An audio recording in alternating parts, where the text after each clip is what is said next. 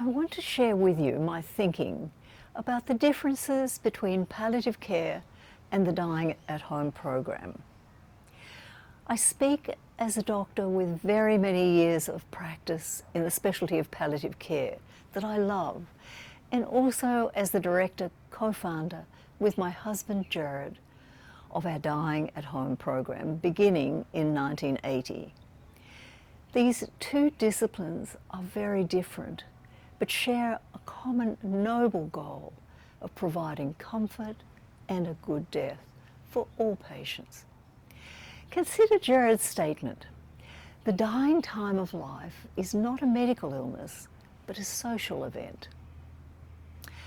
Palliative care is a medical model with serious time constraints, primarily focused on excellence in symptom management. Over the last 10 years, it tends toward a technological, science-driven practice. I look back over the years to a deeply person-centered medical approach. Compassionate care requires time. Nowadays, palliative care world literature is calling out with urgency to bring forth renewed focus of care of not only the body, but mind and spirit. It gives me hope. At present, though, this leaves patients without control, often fearful, lonely, lacking understanding, with feelings of hopelessness and helplessness. The patient, qua person, feels very alone in this mysterious time of life. Family distress is therefore high as they watch their loved ones suffering, not able to help them to a peaceful place.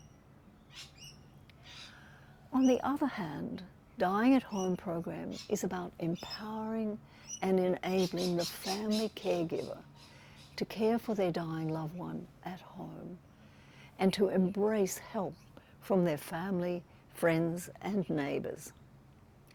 I believe the dying person puts out a call to unity, to draw together as a microcosm of a loving, compassionate community. The essence is enabling the living time of that dying person right to their last breath. When family empowered take control, know what to do, have friends and neighbours walking the journey together, their loved one is now living their dying time, which brings forth some beautiful aspects such as legacy, no matter what age, a young child or an elder, sharing wisdom, memories and laughter. The Dying at Home program in essence gives to the community the dignity of control, and as Jared has defined, a good death is to die loving and being loved. Working as a doctor, caring for dying people at home with the Dying at Home program in place, management of physical symptoms such as pain, breathlessness, anxiety, etc., becomes far less, much more easily treated with minimal doses of medication. Our free medicines booklet, developed for countries almost invariably without palliative care, let alone medications, is powerful.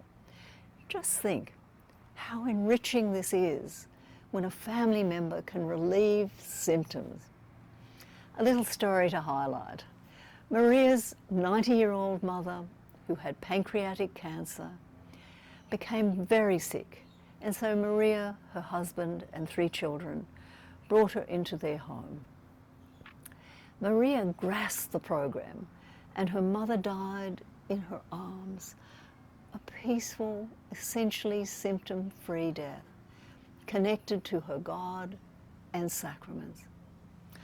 Maria said to me the morning her mother died, "You know, I just can't cry. It was the most beautiful, precious experience of my whole life. I realized I had done this, given her everything I could, and I was filled with joy." I am convinced that establishing Dying at Home program first brings forth a family and community response empowered and dedicated in love and compassion that then meets palliative care for much greater benefits. Thank you.